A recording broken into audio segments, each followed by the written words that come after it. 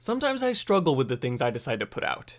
I tend to only cover a show when I have something I want to say about it. Most of the time, that's due to having an opinion that just goes against the majority. My ultimate goal, after all, is to get people to think about the shows they like and dislike and why. But I don't want to have a reputation of always going against the grain, because then it looks like I'm doing it for the sake of it. That's why I try to go in an alternating pattern with at least my longer videos. I started with the less than stellar clan ad review, then praised Toradora, then laid out my issues with Afterstory. But sometimes I have to put that worry aside and say the things I want to say regardless. Which is why I'm now going to explain through a review why I think people give SAO2 too much shit. It's important to say right off the bat that I don't necessarily think SAO2 is good, per se, but it's nowhere near the worst thing ever made. It wasn't even the worst show that finished at the end of 2014. That honor belongs to Psycho-Pass Season 2. I think it gets a lot of shit because of how easy it is to hate. It's practically the definition of low-hanging fruit.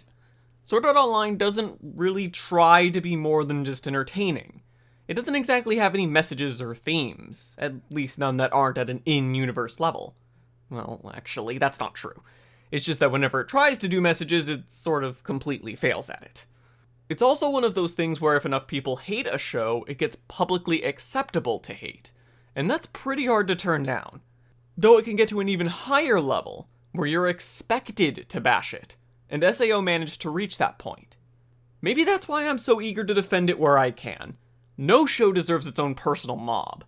There's loving to hate a show because you find its faults amusing, and then there's loving to hate a show because you just enjoy swimming in the negativity. Plus, I watch a lot of shows.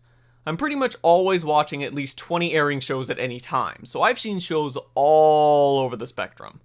There are shows definitely worse than SAO. At least I can finish it relatively easily, which is something I can't say for many others. The series has its moments. It certainly stumbles. A lot. But occasionally the stars align and it'll actually have a really nice scene. Not like Psycho-Pass Season 2, where I'm just constantly staring at my screen in complete bafflement at what the hell the writers were thinking. Okay, enough ragging on Psycho-Pass Season 2 and the community aspect of SAO. I'm almost 500 words in and I haven't even talked about the show itself yet. I'll do the same thing I did with the first season and go over each arc in order. I'll still cover general aspects though. Which leads me to the first thing I want to cover. I like Shinon. She's probably the best female character in the show. That doesn't really say much, but still. A common complaint people have with her is that she just joins in as another member of Kirito's harem, but that's not entirely true. The only scene that came close to her showing romantic interest in him after the Gun Gale Online arc was when he grabbed her tail that one time. But it seemed pretty obvious that she was blushing because it just felt awkward for her tail to be grabbed, not because she was happy or something. She even took a swipe at him afterwards and seemed pretty pissed. The scene was mostly supposed to be comedic.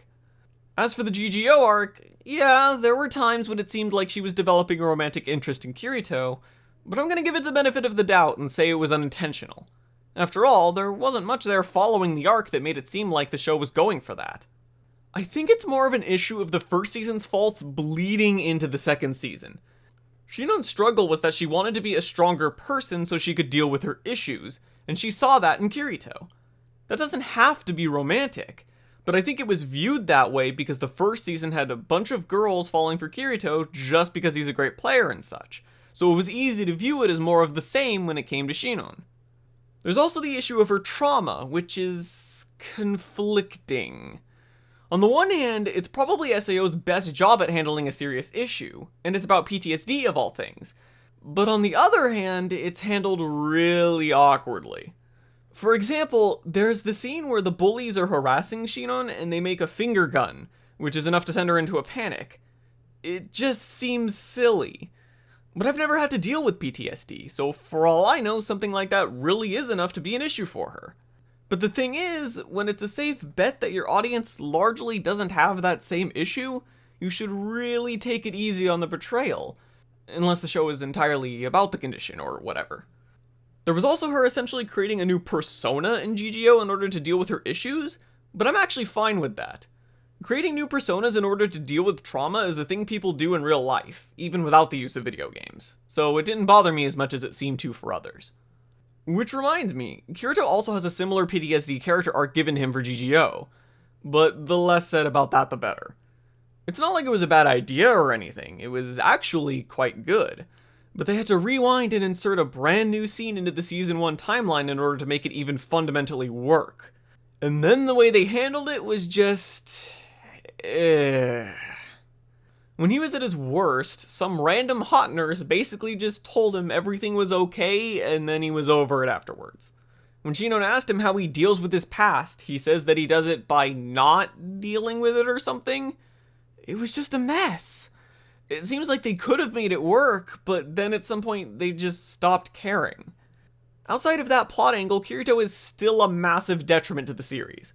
Besides the more minor issues, the biggest drawback he has on the show trying to be entertaining is his leaps in logic to figuring out what's going on with Death Gun at various points.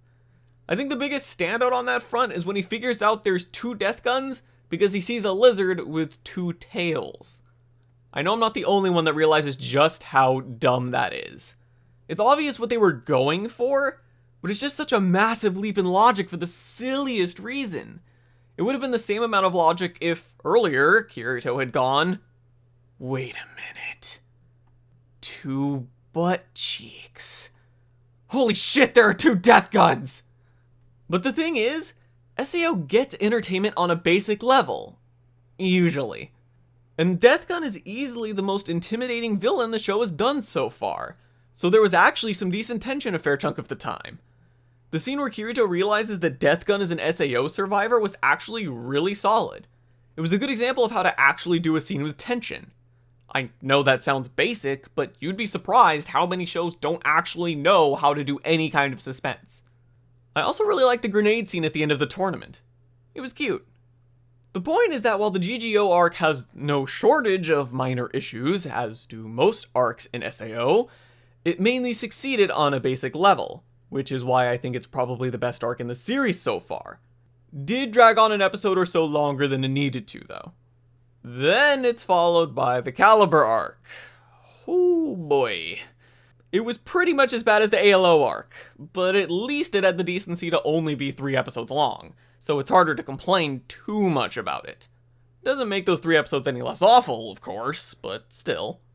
While it was nice to see the whole cast actually do something together, there was no reason to care about the events that were happening. Kirito wanted a shiny sword. That was it. You couldn't care about the weird AI angels plight because it was so poorly explained what they were, and they talked about how the giant elephant squid things going extinct would drain their power without saying how they were codependent in the first place. It was just a giant mess. Remember how I was saying that GGO at least had a somewhat intimidating villain, tension, and stakes? Caliber is just blatant padding. Then we finish with Mother's Rosario, which was conflicting. On the one hand, I can see the arc as being something Kawahara wrote because he had something to prove, and I can respect that. But my god, the man doesn't know what the word subtlety is. Constantly throughout the arc when it comes to Yuuki, there's always this urgency to get their names marked on the plaque and such. It's just so obvious what's going on.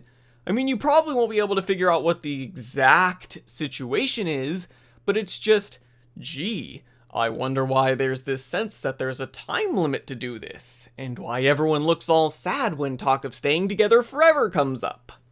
If you're going to work with this kind of storyline, subtlety is kind of important. It is nice that Asuna got to take over as main character though, mainly because almost any character other than Kirito would be a better lead. Actually, on that note, they actually used him correctly at one point during this arc. When Yuki and friends are about to get swarmed before they can get in the boss room, Kirito shows up to lend a hand. Yes, I'd say this is a good use for an overpowered character. The best ones are given their own agenda, but may or may not have some investment with the protagonists, which obviously Kirito does, being married to Asuna. That way, they can be doing their own thing for the most part, but when they occasionally show up to help, it's a fuck yeah moment. They can't completely fix everything though, and Kirito didn't. He just bought them time so they could fight the boss. It's not like he ran a sword through the monster himself. But again, the arc's biggest issue, and arguably a massive issue with all the other arcs too, is the complete absence of subtlety. When you know a character is going to get killed off, and there are some scenes that seem to exist for the sole purpose of making you get attached to a character, it's hard not to see what the show is going for. It's not like you can't still get attached to a character that you know is going to be killed off or anything. The problem is the bluntness with which the show tries to get you to form that connection. In proper English, Yuki doesn't feel like a character Kawahara was passionate about in and of herself, so much as what he could do to his audience through her. It's basically similar to the issue I have with the Clannad series, but I'd rather not stir that pot again. I swear I remember reading at one point that Kawahara doesn't like the earlier arcs in SAO anymore because he can see all the faults in them now, and I wanted to go over that, but I couldn't find it. I did, however, find something even more interesting. Reki Kawahara had a panel at the latest Anime Expo, and it was brought up that between SAO, its spin-offs, and Excel World, he puts out about 8 light novel volumes a year. That's a huge amount. Most light novel authors only write one series at a time and put out 1 or 2 volumes a year. So it was unsurprising when Kawahara said that when he writes, he doesn't really think about the plot. He just sort of writes. In a way, the series is written pretty well considering how quickly they're done and how many different stories he's juggling at once. However, it definitely explains the multitude of minor slip-ups and inconsistencies. I'd really like to see him write an arc that he actually, spends time on, which is why I'm actually excited for the inevitable 3rd season. He's been writing the Alicization arc for 6 volumes now, and it's still going. While he still puts out volumes at an absurd rate, having a longer arc could still give him time to think about things and go step by step through the events.